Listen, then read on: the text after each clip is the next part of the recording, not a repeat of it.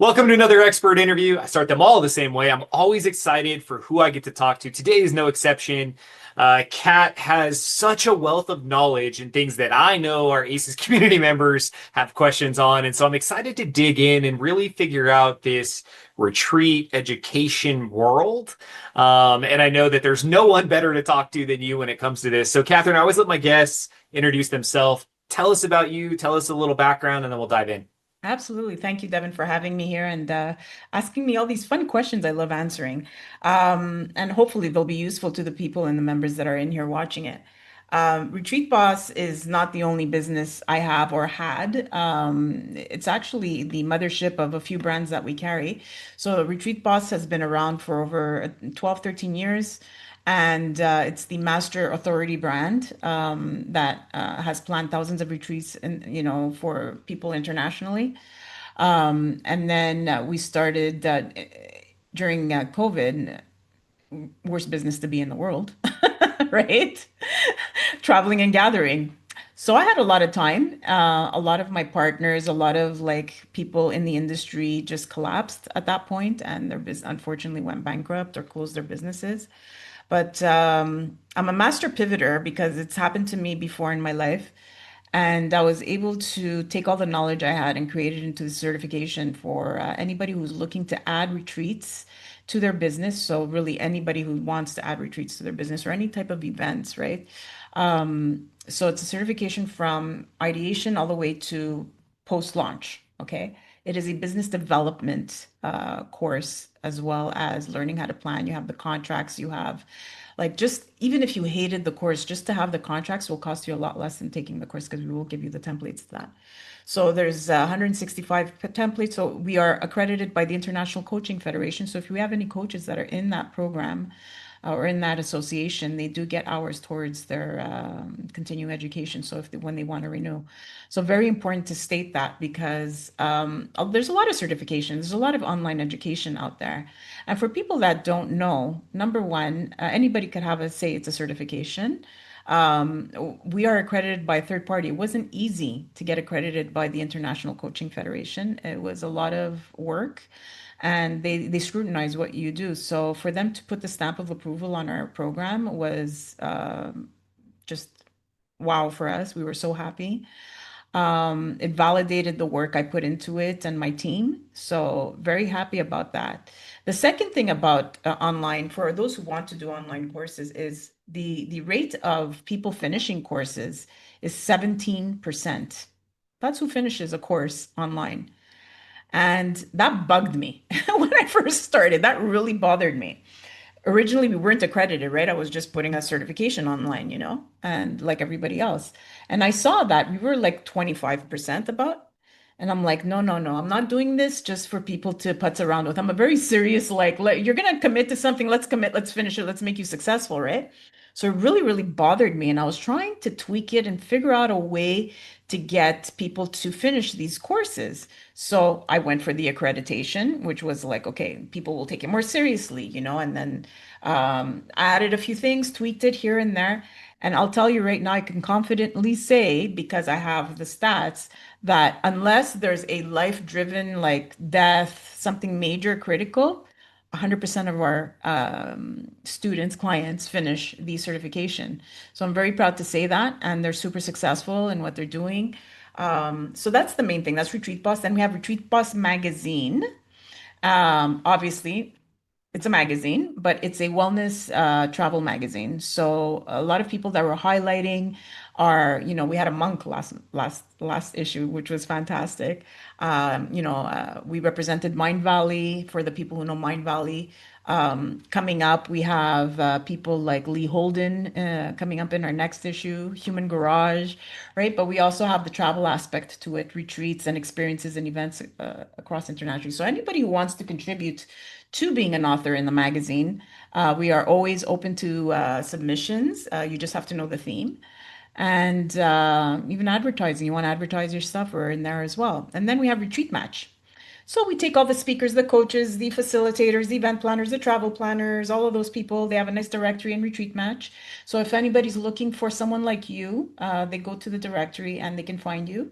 We are opening up to corporate offerings. So anybody who has keynote speaking or any type of corporate type of event or program or whatever, that's for them. We are also opening it up to reservations for venues and retreats. I just want to add something and then I'll be quiet. It's the wild, wild west out there when it comes to the wellness space and retreats. Everybody is doing a retreat somewhere. And the feedback I get often is they didn't know what they were doing. We were waiting around. Nothing was organized. I didn't get what was promised because people go to a retreat and they're like, well, I'd like to have a retreat. That was nice, and they create it. You are wearing a travel planner's hat, an event planner's hat, a facilitator hat, a hospitality hat. And if you're doing it internationally, you're responsible for a group of people. That's a lot of hats to wear without any experience and without any training. And it's actually irresponsible for people to throw retreats without either hiring an expert or getting the training to properly do it. And like I said, I'm a serious person. I'm funny as hell when I want to be silly, but I'm a serious person when it comes to business, okay? And if I'm gonna be I like working in integrity. I consider that's my main values, like work in integrity, be authentic to yourself, and you're going to attract the same type of people around you. So when I see retreats and people saying that they're experts in this and that, and then they throw a retreat and then it's whatever, I feel like it's a disservice to them and it's a disservice to the clients that they put in there. They're hurting their reputation. People in my industry that do have the experience and the training don't want to work with other people like that. The people that don't have the experience because they've seen what happens.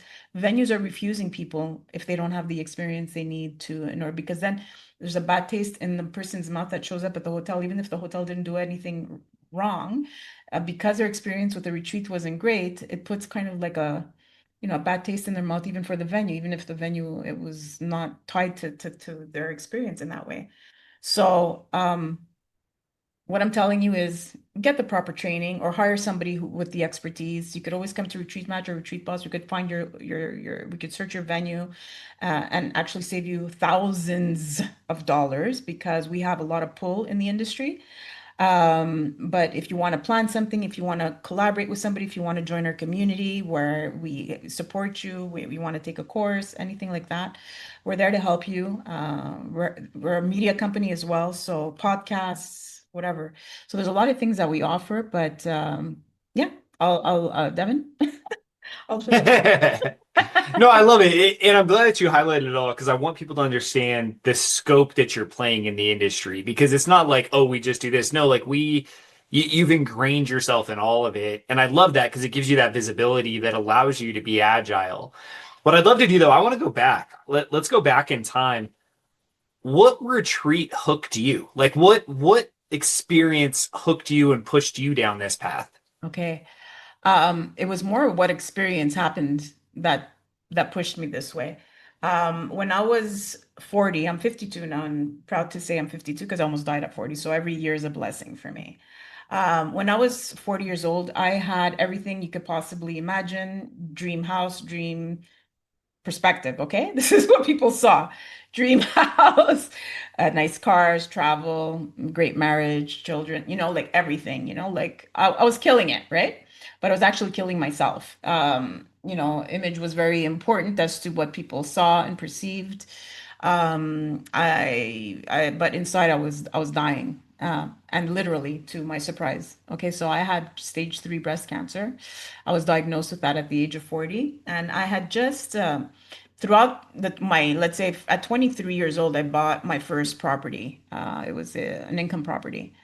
And so I was always very business, like I became business savvy from very young because I saw my father do it. I saw my father go bankrupt. So I had to hustle from like 15 years old. I had to pay myself through school and all of that stuff because we were broke.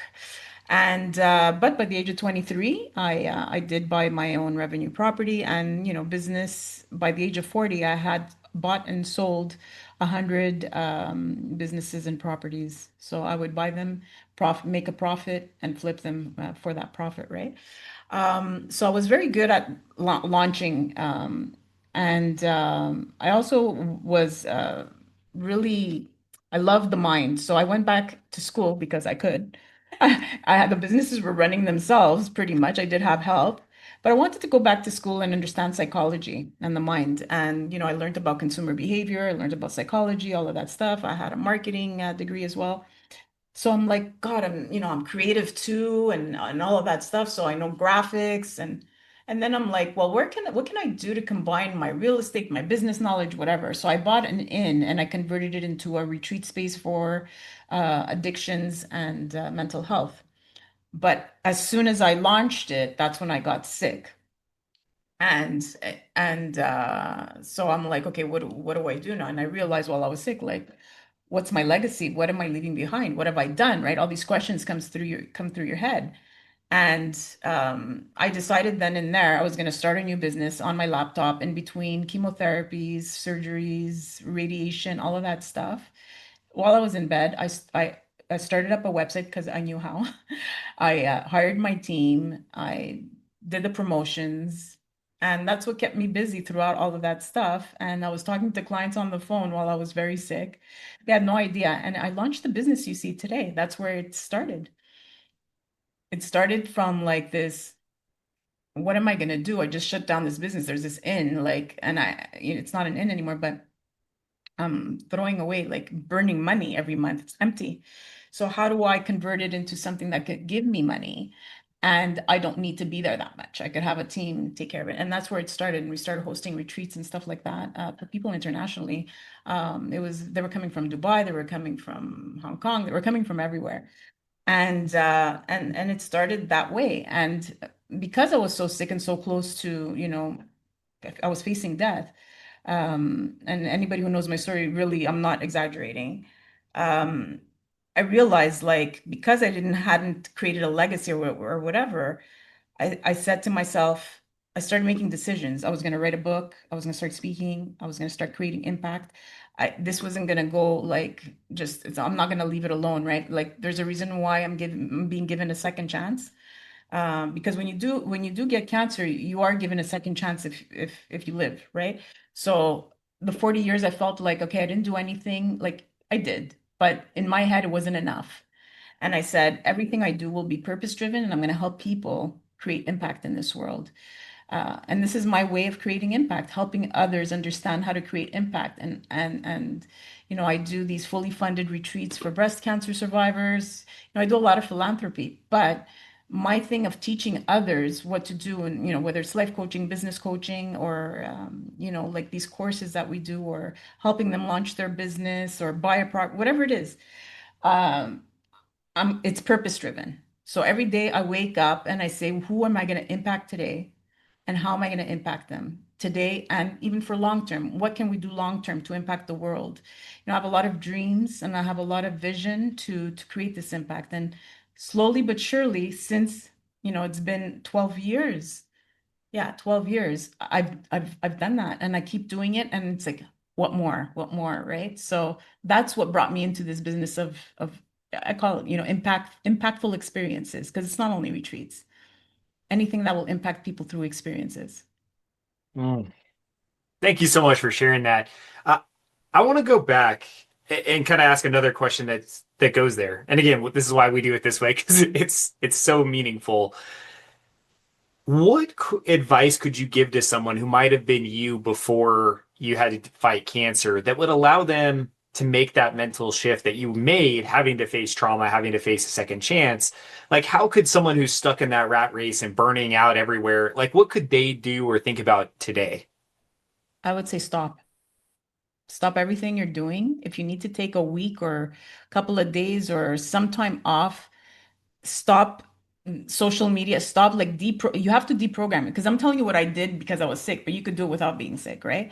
I eliminated anything that could influence my thought.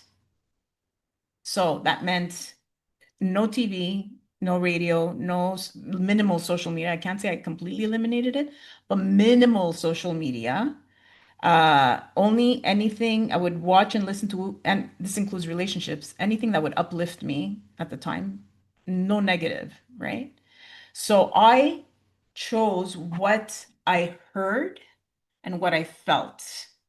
I was in control of that because it's the only thing I can control.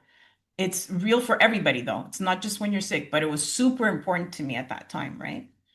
And what that created was I don't want this relationship. I got a divorce while I was under chemotherapy. I don't want to be in this relationship. It's killing me. I want to lead a more purpose-driven life. So how am I going to do it? I'm going to do so I basically found myself. I deprogrammed myself. It took some time, but it was a lot of like meditation and stopping, literally stopping to really understand what I want, what I feel, and to go to my most authentic self. And I help my clients do this, by the way, in order to attract the right people, the right situations, the right businesses, the right thoughts, so I could be happy with who I am. And if you don't like me, so if I'm having this conversation right now and somebody's watching is going, that's okay. That's good. That's good. Because I'm being true to myself. So if you don't like the energy I'm pushing out there, that's okay. We're not meant to be right now, maybe in the future, but we're not meant to connect right now. But if you are attracted to what I'm saying and I'm resonating, then you're likely going to come to me and I'm going to come to you. And it's going to be the right relationship, business, personal, whatever. So that's what we need to do is strip ourselves like an onion, go get to the core, to the heart of the onion and know that, okay, I'm as true as I know to be, like this is me, right? And take off the masks and be who you need to be at that moment. And whoever you attract, well, those are the right people for you. Whoever you don't attract, that's okay. Let them go. There's other people for them. There's other businesses for them. And you will have a much more peaceful life, a life that you're gonna you're gonna attract the right situations, people, even the things you want, because you're in flow. And that's the only way to do it, is to truly be genuine to who you are without the programmation of life and parents and teachers and friends and whatever. So basically the thing is stop. Stop everything you're doing and reassess. Reboot. Yeah. Man, I love that. I mean, this is why I love these conversations because, I came in going, we're going to talk retreats, and now we're talking about something so meaningful to Mhm. people and so meaningful to business. And so, again, thank you for sharing, and I'm glad we had a moment to go there. Let's shift back to the retreat space. What do you think the retreat space needs right now? Like, what do you feel like is missing or is wrong or is sideways? Like I mentioned before, it needs order. It needs accountability. And it needs people that are in it for impact. So any type of experience, because like retreats are just part of it, right? People think, oh, I only go to Catherine for retreats or her business. No, it's not only retreats. Retreats is something that people don't realize that it is the launch of scaling your business. That's how you start scaling your business, is through experiences. Okay, so if we can create impactful experiences, it's much better and more impactful and more scaleful, is that a word, than just creating an experience. If I impact you, when you come to my experience, whether, like I said, it's a workshop, a summit, whatever it is, I have a certain business and I decide, okay, I'm going to throw a workshop or I'm going to create an online event or how can we make that event um, change something in the person, impact them? That's the only way it'll stick because today there's so many things happening that it's just an experience, but is it something that will make a difference in that person's life or in their business? So when you have any type of business, you could be a chef that hosts a retreat. You could be a sports figure that wants to host, I don't know, team building retreats or whatever. You don't have to be in the transformational wellness space. You could be a business coach. You could be whatever. And you're like, well, how can I make more of an impact and more money through experiences? Okay, and if you do them right, you're going to scale. I've seen clients add $100,000 within 6 months to their business, right? Other people are scaling even that the next year to 300,000, right? So, and they're like, well, how can you do this with just retreats? It's not just retreats. It's a whole system in your journey, in your business development that creates more scaling possibilities, and that's how you increase your income, and that's how you impact as well, is through impact, because you're truly making a difference in someone's life versus just like come to a vacation, because that's what it is oftentimes. It's like come to a vacation with a group of people, and it shouldn't be only that. Mm. Man, there's a lot to unpack there too. Yeah. Um, let's what direction do I want to go? Let's talk about let's just go to the mistakes because we're talking about the impact side. Mhm. Like, is there a guaranteed mistake people make or a couple where it's like if they do these things, it's going to crash their event or the retreat? Yeah. So one of the fears that people have is like, can I fill out my retreat? Right, I'm throwing an event. What if people don't show up? What if whatever? The number one mistake you can make for that to happen for sure is launch a retreat that has very short time between the day you launch it and the actual retreat. So I decide today I want to have a retreat in December. And you come to me and say, Catherine, I'm gonna have a retreat in December. The first question I'm gonna ask you is, do you know for a fact that people will actually join? Like, do you have a wait list for this retreat? Do they know the price? Do they know everything? Like, do you have a community that's like ready, like and I've had clients that have come to me and they're like, in 3 weeks I want to be in Jamaica hosting a retreat for my business clients. And I'm like, how do you know they're going to show up? Well, they're already like signed up, they've given me deposits practically, like they're there, no problem, I can do it in short time in 3 weeks. But if you come to me even for 3 months and you're like, and I tell you, do you have a community? Well, yes. Okay, are they engaged? Have you ever had a workshop? Have you ever? No. So you don't know that they're willing to pay for your experiences. No. And you think that marketing a retreat, you're going to be able to do this, and you haven't, and you're starting to plan now 3 months before. Big mistake. It's not going to happen. It's not going to happen because number one, just to negotiate with the vendors like hotel and the other vendors, like whatever you may have, I don't, whatever other experiences you have, takes time. That could easily take, especially if you don't have experience, that could easily take a month. And you're not in control. They're in control when they're going to respond by the time you sign the contract. Now you're down to 2 months, right? So let's say it takes you a month to, finish the contract. Now you're down to 2 months. You have 2 months to fill a retreat that's probably going to cost thousands of dollars. That's international. People have things to do. They've planned their vacation. They've planned their budget. They have to work, right? You're thinking actually very selfishly, and you're not thinking of your client.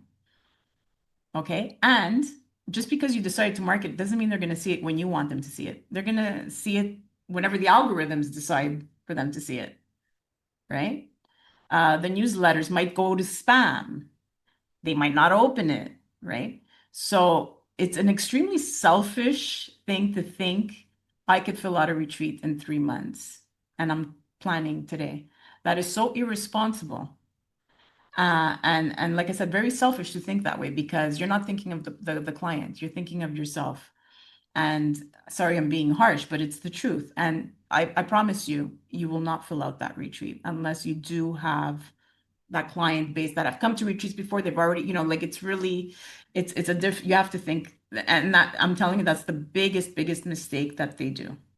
Man, again, this is what I expected. I'm so glad we're connected because I've been to some of those retreats. I'm sure you've experienced them too, where it's like you show up and you're like, man, this is not sold up and filled, and now we're creating all sorts of weird conversations about, well, I paid this much, but now I'm not meeting the right number of people, and it's just bad. It's a bad taste. Yeah, yeah.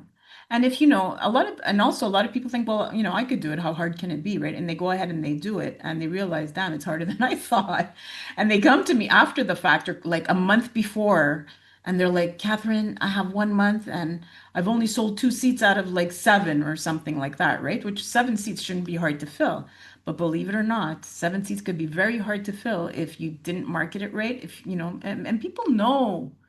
Oftentimes people know, unless you're extremely charming, how you could, somebody is so charming, they could sell anything, right? Because they just have this charm. And the same other person could sell the same exact thing and can't grab anybody.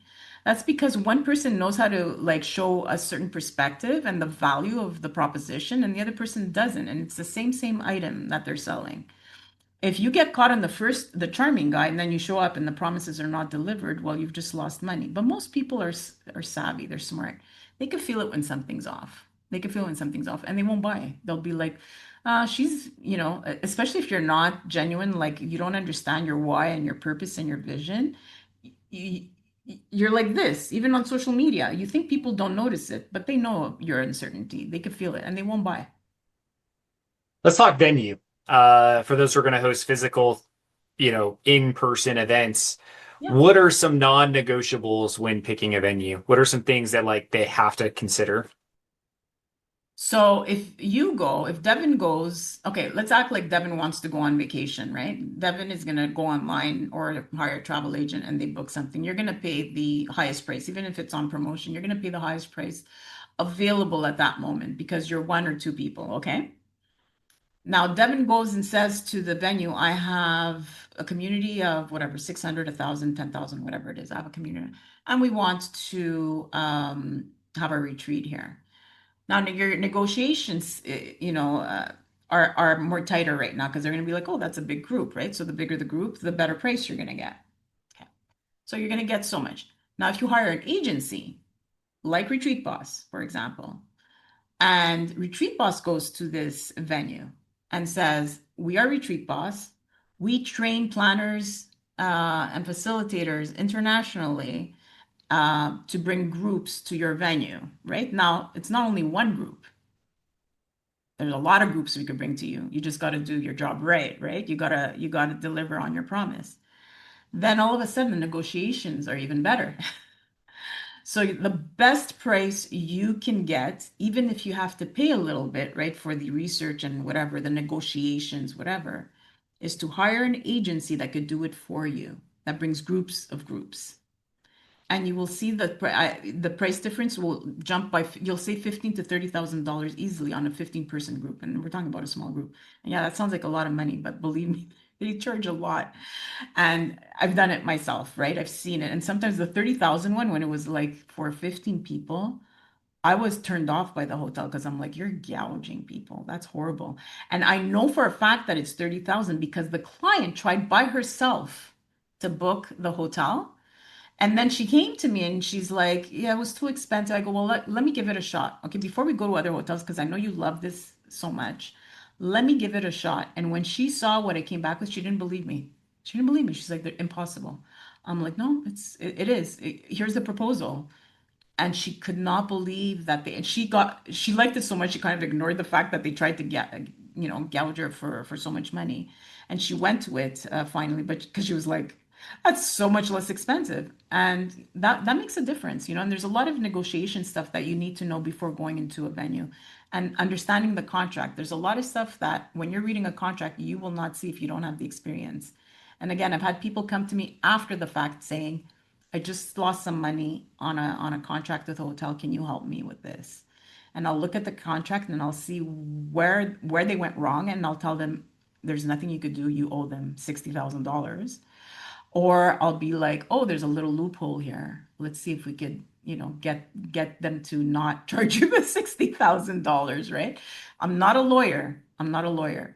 And I always tell them, go to a lawyer, but in my experience, try this loophole before you spend, some money with a lawyer and stuff, and see if you could get out of it somehow. But you got to understand these contracts. You're booking for a group of people, and there's ways to go around so you don't have to pay everything out of your pocket. There's little tricks and stuff that we can do. But yeah, you have to understand what you're signing. You have to understand what you're signing, and that's where most of the time people lose their money is because they didn't read the contract properly. So those are two I love mistakes. I love that. Well, I mean, just even the price side makes a ton of sense, right? Like you already have the experience. And I think if we go back to your very first answer, what I heard there and what I hear here is like whoever's listening to this, myself included, I'm great at doing what I do, right? They're great at doing what they do.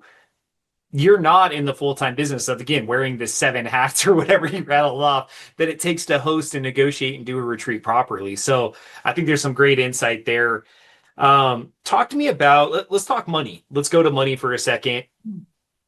Retreats can be really expensive to host. What are some of those tips? Do you pre-sell? How do you front load the revenue? What are some ideas on the cash flow side of things? Yeah, so there's a few ways that you could not have to pull money out of your pocket. One of the ways, that because like I said, retreats are just a part of what you do. There's not too many people that will say, I just host retreats. There is. But most of the time, it's an add-on to your business. Okay. And what I've done over 25 years plus is help people with developing their businesses and how to profit, more and scale, etc. So this is part of your business. And for people who have like fitness or in wellness, fitness, whatever, coaching, all of that stuff, and even other businesses or business development, if you can incorporate it in your program, because a retreat shouldn't be a one-off. If you're doing that, you're losing so much money and you're losing a lot of uh, transformational aspects to what you could do. So it shouldn't be just a one-off. It should be part of a program. Okay. And this program, you are selling the program. So you already have the money for the retreat. You've already sold out. So there's no worry about putting the deposit down because you already have the money. There's no worry about not selling out your retreat, okay? Because you already have the clients. So the best way to do it is include it in a program, okay? And that way, and that's how you scale also, okay? So there's tricks that we show and do to take it and scale it to a very profitable type of business model. So that's one way. Another way, and this will only happen once you have the proof, okay, that you have the community and that you sell out retreats, you're an influencer in your space, is you could partner up with a venue and give them a percentage. So without putting a deposit down. So this is a little harder because you need to have a track record, right?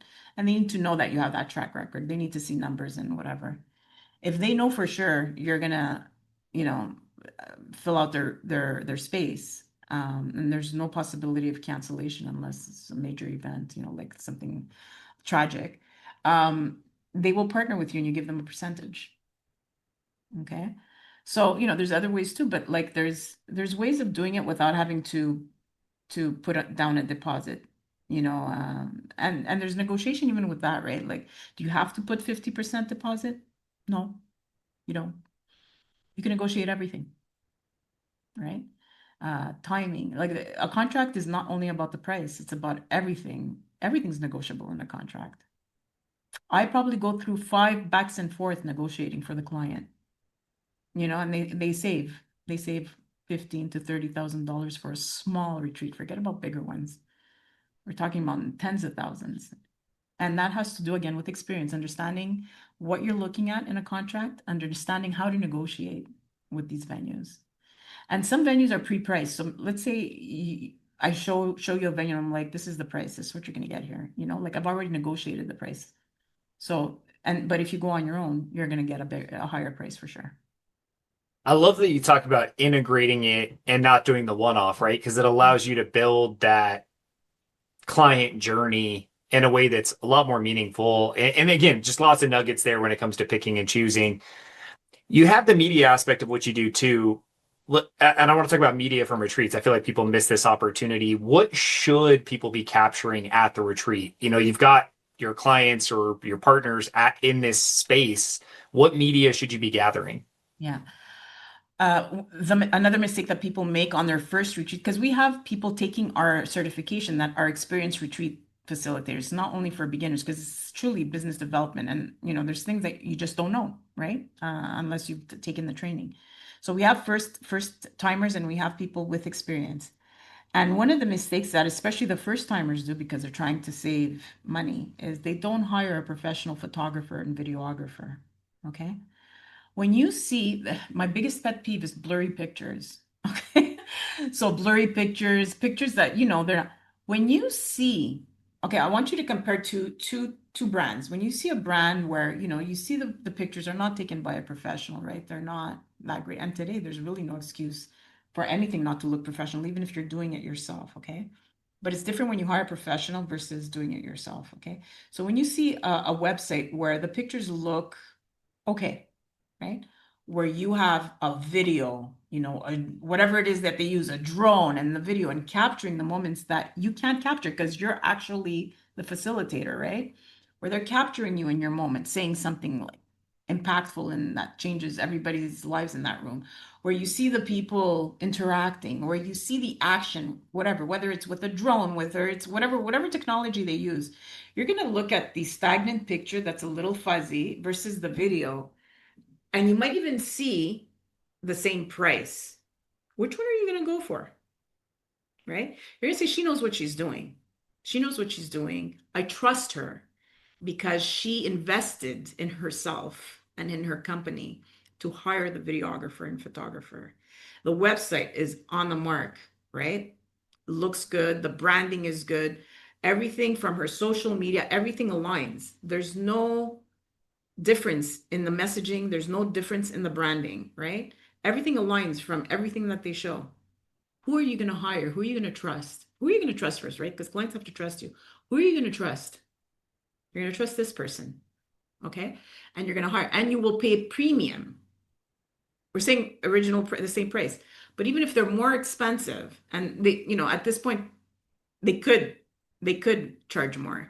You could charge more at this point than this person ever could, and you will scale faster. Everything just happens so much better when you do everything and you invest in your business. If you're not going to invest in your business, why should I? Right? If I see you're not investing in your business, why should I? You don't trust yourself, right? Because when you want to find the money, you will, right? I always say that when you want to find the money, there's been situations in your life, I'm sure, Devin, where you're like, oh my God, this is too expensive. Is it, is it, but I really want to do this, or I really want to be there. I really want to go on this vacation. I really love the experience it's going to create. I want to go to that World Series, right? It's my dream. I've been waiting for this all my life. Where are you from? Where are you located, Devin? I'm in Reno, Okay. but I So, was in we were at Disneyland during the World Series, so okay. Southern California was crazy. Are you a baseball fan? I'm not, but it was fun to watch Okay. everybody else. So imagine you're a big fan, right? You're gonna find that 5,000, 10,000, whatever they're charging, because you're like, this is my dream. It's a one-time opportunity. I'm gonna find the money. Where, a dinner for $200 the night before with like whoever, you're like, I'm too broke for that. Right? So when you want to invest in the most important thing in your life, which is your business, which is going to bring you income, and you don't invest in it, other people won't invest in you either. Again, lots of knowledge there, lots to unpack. I mean, being someone who comes from the marketing world, yeah, photo and video, you can't have enough of it. And why would you bring people together and not capture it? Like, it just blows my mind when people don't take advantage of that. Yeah. Let's talk on the magazine side of things. Who, how can people get involved there? So you mentioned there's a sponsorship side, there's a content side. Let's just go to the magazine for a second, go a level deeper for us, explain how people can get involved. Yeah, so they could be contributing authors. We're at around close to about 50 right now. 50 authors that we have. We're always looking for new voices and new perspectives. We always have a theme. So the next theme will be beyond the stethoscope. So anybody in the wellness, fitness, anything in wellness, right? That goes beyond the stethoscope, which is obvious. Anything beyond the doctor. So any alternative, like we're gonna have human garage. I don't know if you know. Gary Linehan. He's yeah, very popular on social media, that's for sure. I think they're up to like 5 million across their socials. So he's going to be the cover of the magazine, and we just did the interview last week. So because of who the cover is, we're going with that theme. So all they need to do is go to our website and fill out the contributing authors section. They could be featured if they are someone that is of huge influence and impact. Doesn't have to be numbers on social media. It could be influence in their community or in their country or in their whatever. They have tremendous influence and have created impactful changes in people's lives. That's what we're always looking for. And it could be even like fashion people, like fashion, but in the industry of travel and wellness. It could be fitness. It could be a business coach who has some great ideas to put out there. And depending on if the theme works, we could place them there. They could also advertise. So it's a bit more on the luxury side. The magazine is more of a luxury wellness travel magazine. So we tend to hit more luxury stuff. So even if they have products or experiences or whatever it is, our target market is people who have a growth mindset, who appreciate impactful experiences, who want to explore that and experience that. So those are the type of readers we have. That's awesome. Give us a rundown on how people can reach out and connect with you. What are the other websites, socials? How can they connect with what you're doing? So they could go to retreatboss.com and connect through there on LinkedIn. Catherine Kontos, Catherine with a C, Kontos with a K, is the best way.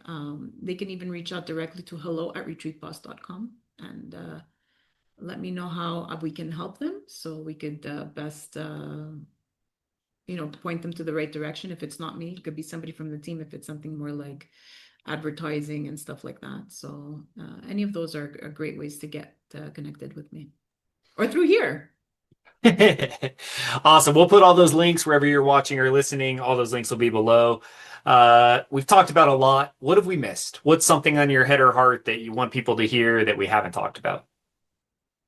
If you are in any type of people business, any type of people business, and you don't have experiences in the mix, whether it's workshops, retreats, summits, whatever, you are losing a lot of money. You could be scaling a lot faster and making a lot more money. I would really, really urge you to do that. The biggest masters in coaching and all of that, they all have retreats and they understand how scalable it is.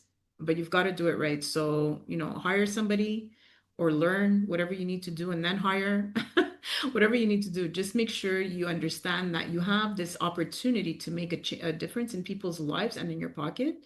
And if you do it right from the first time, then you have gold. You have gold. And then you could just rinse and repeat.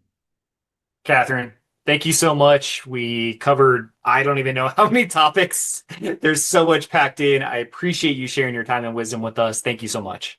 Thank you so much, Devin, for having me.